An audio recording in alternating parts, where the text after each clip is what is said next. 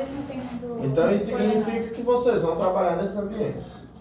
Vocês têm dúvida que vocês vão se deparar, portanto, lá nesses lugares, com esse perfil aí de pacientes? Nas emergências, esse perfil aí não é tão comum. Eventualmente pode até... Isso aqui é pra... Era pra vai dar Obrigada. Eventualmente pode até aparecer complicações disso aqui na emergência. Como, por exemplo, o paciente tem uma úlcera que sangrou.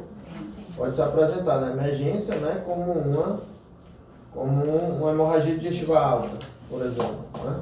Mas esse contexto aqui, teoricamente mais simples, né, é a cara do atendimento ambulatorial.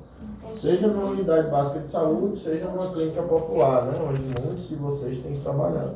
Certo? E aí, pessoal, qual é a grande síndrome que esse paciente apresenta? Vocês até falaram ali no atendimento de vocês. É a síndrome álgica, bem verdade, né? Mais especificamente uma síndrome álgica abdominal, mas dentro do contexto da dor abdominal ele tem um padrão específico de dor abdominal, que é o quê? Da síndrome dispéptica, né? O que é a síndrome dispéptica? Quais são os sintomas clássicos da síndrome dispéptica? É um desconforto epigástrico, um desconforto no andar superior do abdômen, acompanhado ou não de sintomas de empachamento, de plenitude pós-prandial, certo? Isso é o que caracteriza uma síndrome dispéptica. Essa síndrome tem diversas possíveis etiologias, e cada uma dessas etiologias tem ali os seus sintomas mais específicos. Mas de uma forma geral, né, esses são os dois principais sintomas da síndrome. Desconforto epigástrico, desconforto no andar superior do abdômen, acompanhado ou não de empachamento, de plenitude pós-prandial. Quais são as possíveis causas dessa síndrome, pessoal? Quais são as doenças que vêm à mente de vocês? Úlcera péptica, causada por um H. pylori. O que o H. pylori pode causar também? Câncer. Câncer. Que tipo de câncer? Somente ele?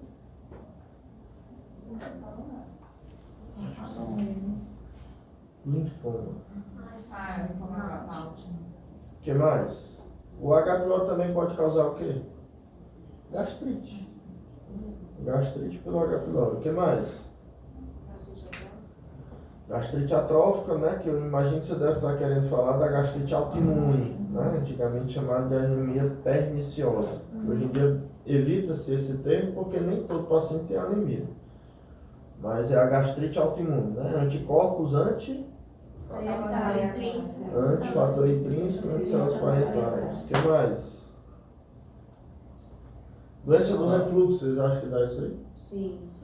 Parasitose. Pancreatite, doença das vias biliares, manifestação atípica de um infarto. Sim. Tudo isso pode ser uma causa de uma síndrome dispéptica, certo? Mas disparado. Quais são as duas principais causas? Doença do refluxo e a gastrite, certo? Quais são os sintomas clássicos da doença do refluxo? Pirose e regurgitação ácida, certo?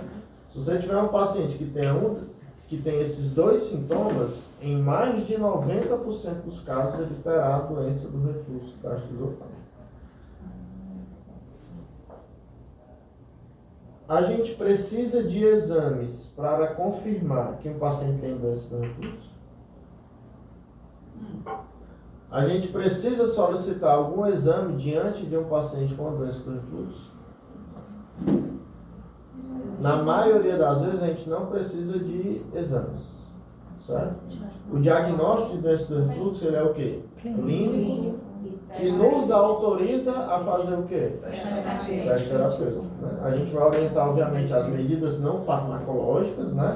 A questão, né, dos hábitos alimentares, a questão da ingesta de líquido junto com a alimentação, a questão de deitar, né, depois de se alimentar, a questão de alguns alimentos que relaxam o esfíncter esofágico inferior, né, como o álcool, como o chocolate, como a cafeína. a questão da perda de peso, né? Por reduzir a pressão intra-abdominal, então também reduz o refluxo, enfim, tem várias medidas não farmacológicas, né? Mas em termos de medida farmacológica, qual é a classe padrão ouro? Os IBPs, né? Omeprazol, pantoprazol, esomeprazol e por aí vai. Teoricamente, diante desse paciente, a gente recomenda que ele use um IBP por quanto tempo? 6 semanas. Geralmente 12 semanas, pelo menos. Ali por volta da 6ª semana, esse paciente ele precisa ser reavaliado. Em que sentido? Se melhorou ou não melhorou dos sintomas. Se melhorou dos sintomas, mantém o tratamento por 12 semanas. Se não melhorou dos sintomas, você pode considerar dobrar a dose do IBP. Certo? Então isso é o padrão básico, né? O dia a dia diante de uma queixa de uma doença que é tão comum, certo? Mas existe ou não existe indicações, por exemplo, de se pedir uma endoscopia para esse paciente? A endoscopia, ela é um exame diagnóstico para doença do refluxo? Não. Mas ela é um exame que pode flagrar o quê? Pode flagrar complicações da doença do refluxo. Como, por exemplo, quem tem doença do refluxo pode ter uma esofagite erosiva. Essa esofagite erosiva, ela pode, por exemplo, sangrar. Habitualmente, esse paciente tem o quê, então? Ele pode ter sintomas de anemia. Astenia, adinamia, disposição, palidez cutânea e mucosa. Esse paciente pode ter sintomas de que está sangrando. Qual seria a manifestação? Ele poderia ter uma hematemes ou, eventualmente, melena. Certo? Então, vocês concordam que sintomas de anemia, ou a presença de hematemes, ou a presença de melena, seria um sinal de alarme? Outras complicações, por conta ali da presença constante, da acidez, né, do líquido suco gástrico, ali no esôfago, que não está preparado para essa acidez, o que acontece com o epitélio ali do esôfago? Ele pode se transformar, dando origem ao famoso esôfago de Barrett. E esse esôfago de Barrett é um fator de risco para o quê? Neoplasia, para câncer. Então, geralmente, o paciente que tem um câncer no esôfago, o que ele costuma ter? Perda de peso, concorda? Esse paciente que tem câncer no esôfago, ele costuma ter disfagia, concorda? Então, perda de peso é um sinal de alarme, disfagia é um sinal de alarme. Outra complicação da doença do refluxo é a estenose péptica.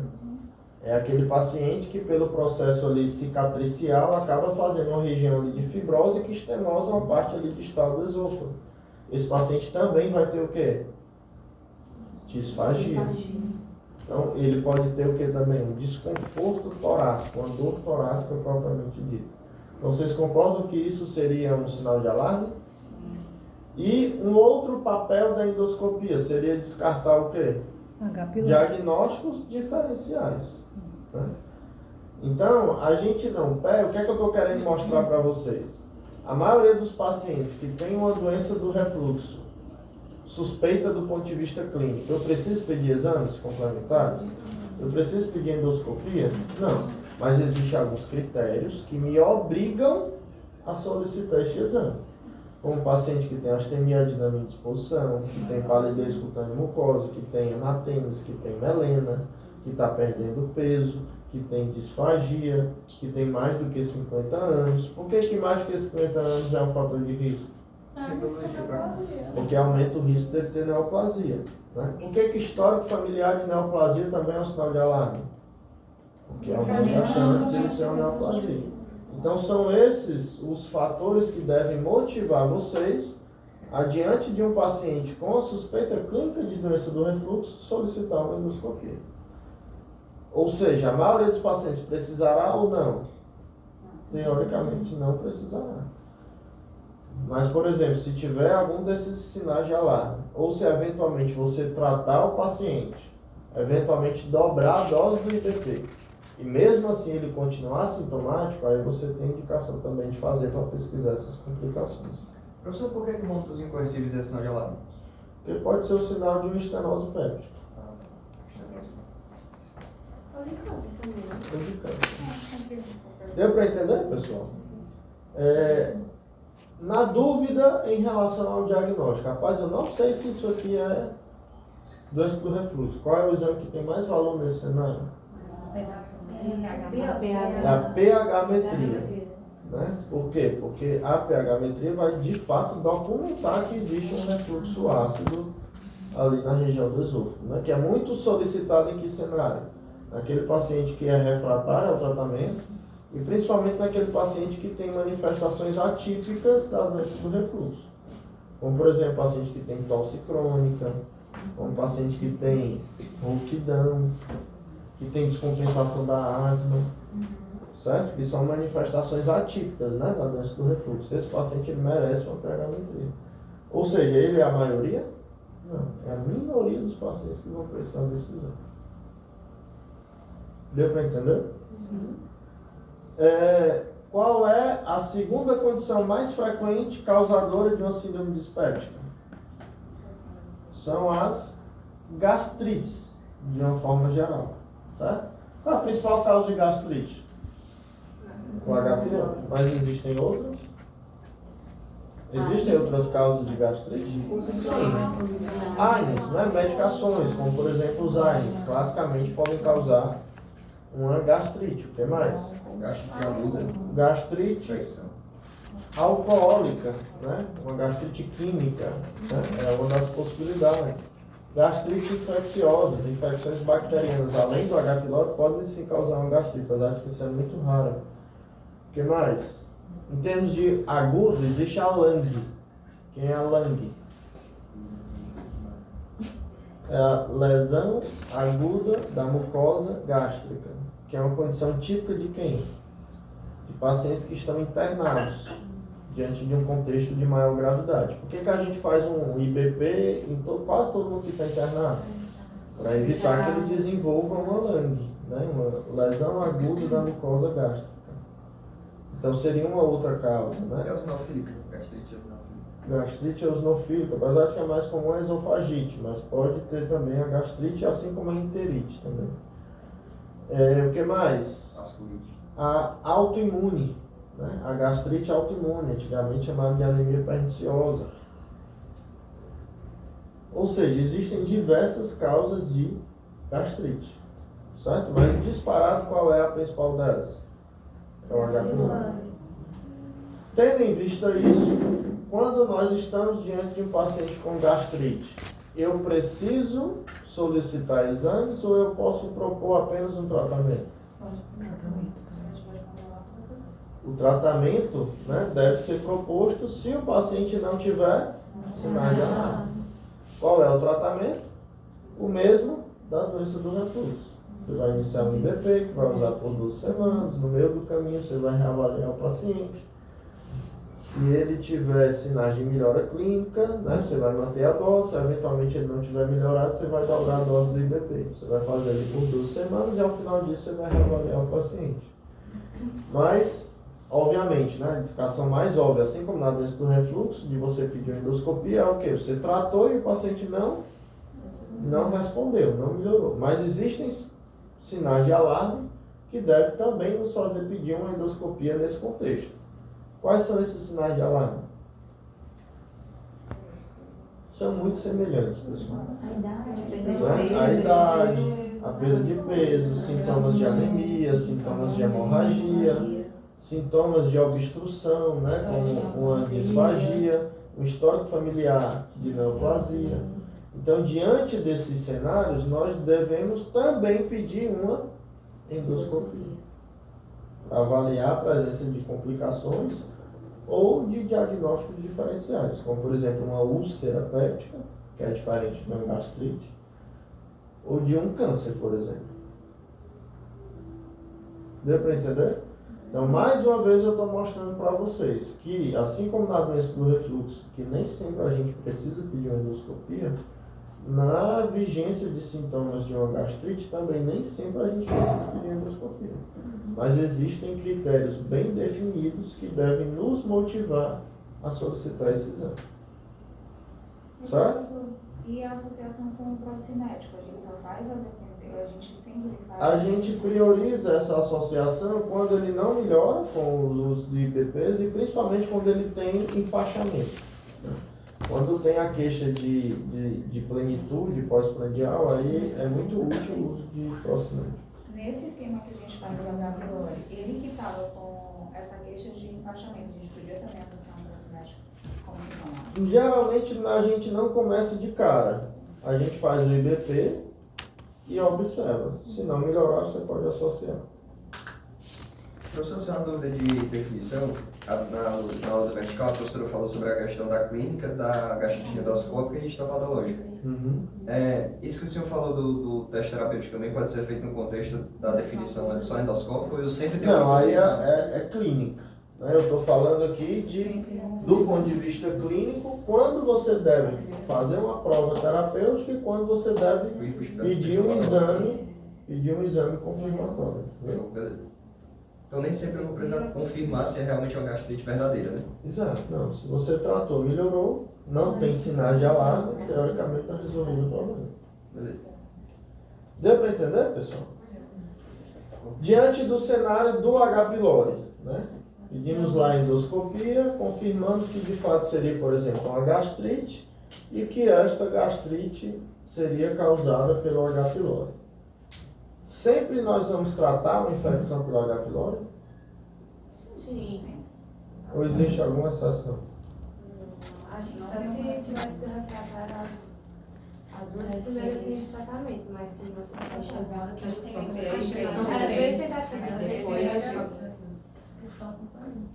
Eu enxergo, ao ler o guideline, duas exceções para o tratamento do H. pylori. A primeira é essa, é a mais óbvia delas, que é quando o paciente documenta uma nova infecção pelo H. pylori, ele já tendo tratado pelo menos 3 vezes. Então, teoricamente, esse paciente ele não requer um novo tratamento, ele pode ser apenas acompanhado. Mas eu entendo que existe uma segunda exceção, que é o seguinte: é ou não é comum a gente solicitar uma endoscopia no contexto de um check-up, onde o paciente não tem sintoma, mas você pediu uma endoscopia no contexto de um check-up. E aí lá nessa endoscopia, o que foi que você flagrou? Que tem um H. pylori. Mas o paciente não tem sintoma e ele não tem inflamação, nem macroscópica, vista pela própria endoscopia, nem microscópica, vista pela própria biópsia. Nesse paciente, pelo que eu entendo, também não tem indicação de tratamento. A não ser que ainda tem uma brecha, não tem o advogado, né, vai atrás da brecha da lei, ainda tem uma brecha no guideline, que ele diz o seguinte, que se esse paciente quiser tratar, tem indicação de tratamento. Certo? Porque qual é o grande temor de uma infecção pelo H. pylori? É um câncer. Né? Seja o adenocarcinoma gástrico ou seja o linfoma malte. Né? São os dois principais temores em relação à infecção pelo H. pylori. Mas o que o H. pylori pode causar? Pode causar gastrite, ele pode causar úlcera péptica, ele pode causar o adenocarcinoma, pode causar o linfoma malte, pode causar o que mais?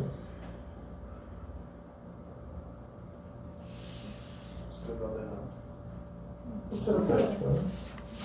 Pode causar PTI, né? Pode causar uma plaquetopenia imune, pode ser a causa de uma refratariedade ao tratamento de uma anemia ferropriva, que dificulta a absorção do ferro.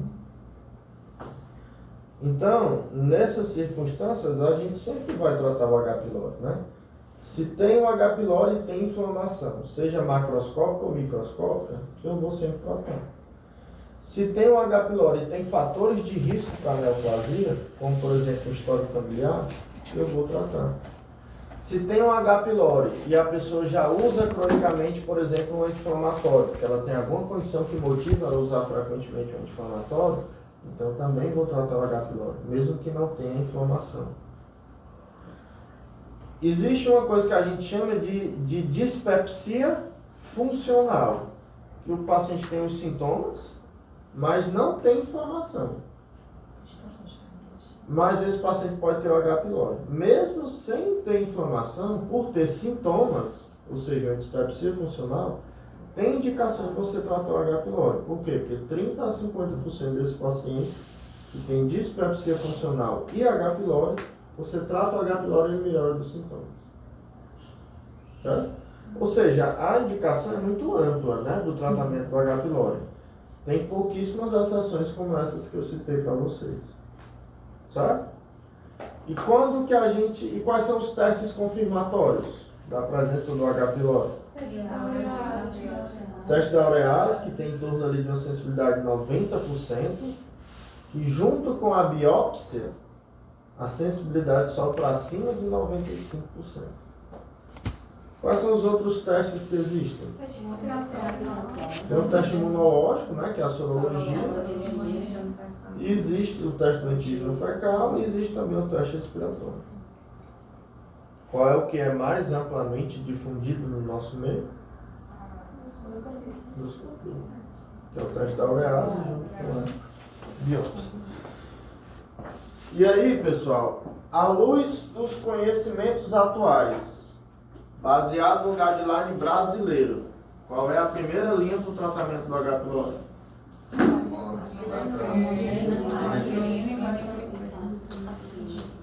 Entenda a pergunta que eu fiz, né? À luz dos conhecimentos atuais, por que eu estou dizendo isso? Porque parece que em breve vai mudar.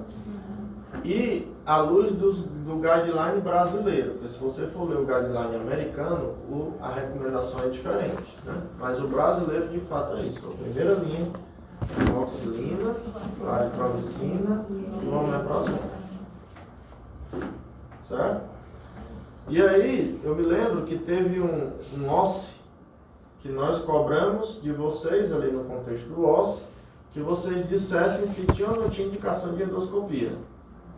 Foi ok. A maioria se deu bem. Cobramos que se tinha ou não tinha indicação de tratar o H. pylori. Foi ok. A maioria respondeu corretamente. Mas nós cobramos também que vocês fizessem a receita. Aí foi um caos. Povo tudo doido, né? Pelo amor de Deus, a gente não sabe fazer isso e tal, não sei o quê. Aí foi quando a gente botou aqui numa simulação, né, para vocês fazerem a receita. Que a gente se surpreendeu que vocês não... O problema é decorar do criança. Mas tem alguns pequenos detalhes, né? Por exemplo, vocês acham que a gente pode fazer uma receita sem botar o nome do paciente? Não. Não, né? Então tem que ter o nome. A receita para prescrever um antibiótico deve ser qual? Especial. Uma receita especial que tem que ser obrigatoriamente Duas vezes. Né? E deve ter o que também? O endereço do paciente. Certo? Uso oral. Qual é a primeira medicação? Amoxicilina. Quantos miligramas? O comprimido de quantos miligramas? Nós cobramos tudo isso aqui. Vocês tinham que dizer tudo isso. Aí foi onde vocês se embananaram. Porque são dois comprimidos. Mas existe. Ele tem que fazer o quê? Existe Dois não, comprimidos. 1 grama. Cara, é muito raro as apresentações. A imensa maioria é de 500. Vão tomar 2 comprimidos de oral de 12 em 12 horas. Por quantos dias? 14. Mas aí era o quê? Uma caixa? 28. Eis a questão, né? Não, bota aí. São 2 comprimidos de 12 em 12, ou seja, são 4 por dia. 4 vezes 14, 56 comprimidos. Cápsula. A cápsula Comprimido. Segunda medicação. Claritromicina. Quantos miligramas? 500 miligramas. A dose é como?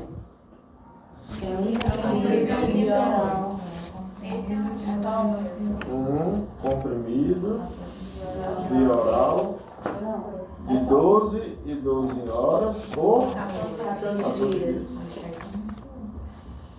Ao invés de ser 2 por dia, é só 1, né? Então é a metade disso. Quanto é a metade disso? 28 comprimidos. Certo? Qual é a outra medicação? Omeprazol, né? Só. Qual é a dose? 40. Comprimido, 20 miligramas. Como é a posologia? Uma vez por dia em jejum. Nos primeiros 14 dias, ou seja, o tempo que vai estar tomando os antibióticos, vai tomar um comprimido via oral de 12 em 12 horas por 14 dias. Ele Né? ia tomar dois comprimidos. Calma. Tomar dois comprimidos, o da claritromicina. Tomar dois ou tomar um? Tomar um. Tomar um de 12 em 12 horas? É. Ah, então. É um comprimido de 12 em 12 horas. É porque Aqui a são amoxicilina dois. São dois. Você toma 2 de uma vez e depois de noite toma mais 2 de uma vez. Ao término desses 14 dias, aí vai para a dose normal, né? Que é só um Tomar dia, né? um comprimido via oral uma vez por dia em jejum. É chato, né, o tratamento? É muito chato. Peraí. Tem algumas apresentações comerciais que facilitam, né? Que eles juntam tudo. Junta tudo, você já compra o tratamento O completo. famoso Piloripac, Omepramix. Brasil, pagamento, Mas só não foi foi pra nada. Eu tinha que pegar a receita toda separada. Não, eles vêm com todos esses comprimidos. Então vocês entenderam isso aqui, pessoal? Isso aqui é a primeira linha, certo? Amoxicilina, aliás, antes disso, aqui é uma receita, Tá né? faltando os comprimidos. Então aqui tem que estar o quê? Carimbo. Tem que estar datada. Hoje é 5, né? Faltou o RX, né? Sim. É novo. Ainda precisa fazer, professor, o RX? RX, o que é RX? Aquelas coisas assim, ó. Receita. A gente fez a receita. Eu botei aqui os oral, não fiz não. E eu tenho que assinar aí. Essa receita vale quanto tempo? 10 dias. 15 dias. Ai, vale. Certo? 30 dias se for qualquer outra medicação que mereça uma receita especial. Mas se for um antibiótico, 15 dias. Professor alérgico a metalactâmico. Aí tem as outras opções. Né? Mas vamos lá. Vai cair. Quantos por cento Tem muita gente alérgica a amoxicilina. Quantos por cento dos pacientes respondem a esse primeiro esquema? Essa parte da medicina. Em torno de 80%. Certo? Como é que eu vou saber se respondeu ou não? O final Por aí afora, pode ser feito o quê? O antígeno fecal, né? Ou principalmente o teste respiratório. Mas isso é disponível no nosso meio? Não. Não é. Professor, aquele jejum ali que até quando? São quantos dias? 14 dias. Os de baixo também. Mais É. 14 dias, né? Acho que são 42. 42 comprimidos no total. 28, né? Dobrado com 14, dá quanto? 42. Aí, Então, pessoal, já que eu não tenho antígeno fecal, já que eu não tenho teste respiratório, como é que eu faço para saber se meu paciente curou H. pylori? Repetindo endoscopia. Quando? Ele vai passar 2 semanas tomando os 3. Ele vai passar mais 2 semanas tomando só o omeprazol. Quando terminar tudo, você vai esperar pelo menos mais 2 semanas. Ou seja, ele vai repetir daqui a 6 semanas a endoscopia. Por quê? Porque não pode fazer endoscopia em vigência do uso do IPP, porque vai falsear o resultado. 80% dos pacientes ele vai repetir a endoscopia, vai ter melhorado a inflamação e vai ter exterminado o H. pylori. Mas em torno de 20%, a bactéria vai continuar lá. E aí você vai para a segunda linha do tratamento. A segunda linha do tratamento muda o quê? Ao invés da clarito, entra a leve, né? A leve, fluorofila. Quantos miligramas? 500 miligramas. Quantos comprimidos por dia? Um comprimido via oral, uma vez por dia. Por quantos dias? 10 dias. 10 dias. Certo? Aqui 10 comprimidos. E diga-se de passagem, né? É leve, mas continua, né? Com a amoxicilina, continua com o IPP do mesmo jeito. 20 comprimidos. É um Não, é dia. porque é só um por dia. Isso são 10 Ah, dias. sim, não é Ah, de não, É de É 24 uma em vez por 24. dia. Uma vez por dia. Deu para entender? 95% dos pacientes respondem a um ou ao outro. Só 5% dos pacientes precisam de terceira linha de tratamento. Aí a terceira linha de tratamento é a mesma que seria recomendado para quem tem alergia à amoxicilina, que entra os sais de bismuto e entra o metronidazol. E tem a opção também com a doxiciclina. Sabe? Mas isso aqui, pessoal, vocês têm que saber. Por quê? Porque vocês vão prescrever frequentemente. Aí é só a doxiciclina? Não, não. Mas É as 4. Acho que é doxiciclina ou tetraciclina, sais de bismuto, claritromicina e o E o ibuprofeno. Enfim, é só vocês pesquisarem aí, né? Tem o terceiro, a quarta linha de tratamento, que estas acabam sendo a primeira linha para quem tem alergia à amoxicilina. Show. Certo? Perfeito. Deu para entender? Professor, a gente não muda muito IBP nesses esquemas não, né? Não está errado. Ah, eu não gosto de omeprazol. Não está errado. Você botar pantoprazol, isomeprazol. Contanto que seja em dose dobrada nos primeiros dias, né? E depois E depois dose normal. A professora disse que se falhasse a primeira linha, você pode botar vanoprazona. Isso aí já não tem no guideline americano. Isso aí já está A professora disse que não tem no guideline brasileiro. Já está no americano. Que é o Iselmin, né? Que é a vanoprazona. Isso aí devem atualizar isso aí no guideline brasileiro. Ela disse que aumenta a erradicação de H. pylori. É a questão mesmo. É o Então Iselmin. tem que trocar pro IBP. Ok? E aí, pessoal? Qual é a moral de dar a história aqui para vocês? Vocês precisam compreender que a síndrome dispéptica é uma síndrome que vocês precisam saber abordar. Vocês vão se deparar frequentemente com esse paciente nas unidades básicas de saúde. Vocês precisam saber que a doença do refluxo é uma das principais causas. E vocês precisam saber conduzir esses pacientes com doença do refluxo. Ao ponto de saberem que a maioria deles não vão precisar de endoscopia, mas existem critérios bem definidos que devem nos motivar a pedir uma endoscopia diante de um paciente com doença do refluxo. E que até mesmo a endoscopia ela não é um exame diagnóstico de doença do refluxo. O exame diagnóstico de doença do refluxo, teoricamente, é a PHBI, que tem indicações bem específicas.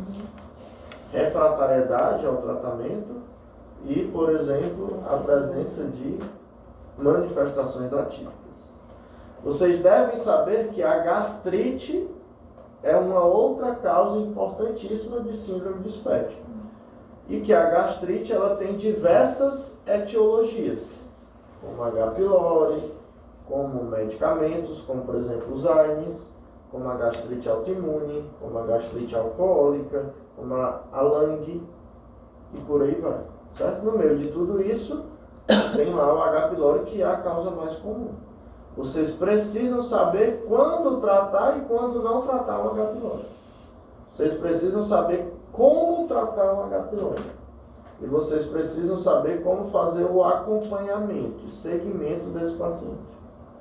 Se ele não responder a primeira linha de tratamento, o que vocês devem fazer como segunda linha de tratamento? Isso vocês têm a obrigação de saber. Professor, para entrar com a segunda linha de tratamento, seria no caso de, ele fez o primeiro tratamento, e aquelas 6 semanas depois ele repetiu a endoscopia, e na biópsia veio novamente apresentar H. pylori, aí que eu entraria com a segunda. Exatamente. Ao mesmo tempo que vocês precisam também saber as outras possíveis etiologias de uma síndrome dispéptica. Vocês devem saber que uma parasitose intestinal pode dar uma síndrome dispéptica. Tanto é que é da minha prática, se eu tenho um paciente com síndrome dispéptica e ele tem mais de 6 meses que não faz antiparasitário, eu vou fazer antiparasitário para ele. Mesmo sabendo que talvez eu precise tratar outras coisas, como por exemplo a H. pylori, mas eu vou tratar os parasitas. Eu tenho que saber que outra etiologia comum de uma síndrome dispéptica pode ser, por exemplo, uma pancreatite. Pode ser uma doença das vias biliares. Certo? pode ser uma manifestação atípica do infarto. Pode ser um câncer. Pode ser uma úlcera péptica. Certo? Então existem diversas outras possibilidades, apesar de que as mais comuns é a simples doença do refluxo e a simples gastrite. Deu para entender? Essas são as nossas missões aqui nessa aula. Professor, tem uma dúvida. Duas. A primeira foi, ele questionou com a gente, ele tinha fator de. Ele tinha sinal de alarme. Daí ele falou, eu vou embora, doutora. O paciente com sinal de alarme, a gente deixa ele embora? Sim. A questão é que você vai indicar A endoscopia, A né? endoscopia. É, a indicação. agora sim, né? Eu estou entendendo que é um sinal de alarme que não ameaça a vida agudamente. sim. É um Não, sinal de não, tais não, normais. instabilidade. No caso, aquela indicação de fazer endoscopia em 12 horas ou 24 horas, se eu Isso tivesse aí é se eu tivesse hemorragia. sangramento, né? E a outra coisa é, quando o paciente fala, doutor, eu não vou conseguir comprar agora, só daqui a uma semana. A gente deixa, obviamente, porque é a autonomia do paciente, mas a gente bota o terrorzinho que em 15 dias pode mudar a vida dele, né? E assim, você disse que a receita só tem validade por 15 dias, Sim. que é a real, né? Teoricamente, vai depender muito do seu grau de confiança, do seu grau de relacionamento ali com o paciente, né? Mas, por exemplo, eu cuido de alguns pacientes que eu cuido deles há anos. Então, eles usam medicações que a cada 2 meses eles têm que comprar. Só que eles só vão voltar para mim daqui a 4 meses. Então, eu entrego uma receita datada e deixo outra sem a data, entendeu? Que aí quando ele for comprar, ele vai lá e bota a data. Entendeu? Está certo? Está errado? Depende, né? Depende ali do seu relacionamento com o paciente. Mas, tendo a data, qualquer medicação, 30 dias. Uma receita especial, né? Mas, se for antibiótico, é 15 dias. É muito, né? Teoricamente. É pra você Antibiótico, sempre que a gente inicia o antibiótico, o entendimento é que deve começar o mais. É que Deve tá começar precisando hoje, né? agora, né? Daqui 15 dias tá bom já. Ou não. Não tá muito não. Aí a gente pode fazer na receita especial todos eles ou faz separado, sempre separado? Pode fazer. Pode fazer. Só que ela vai ser dupla porque uma vai ser retida com todo antibiótico. Né? Exatamente. Uma vai ficar na farmácia, né? Meu Deus, eu tenho que ver assim.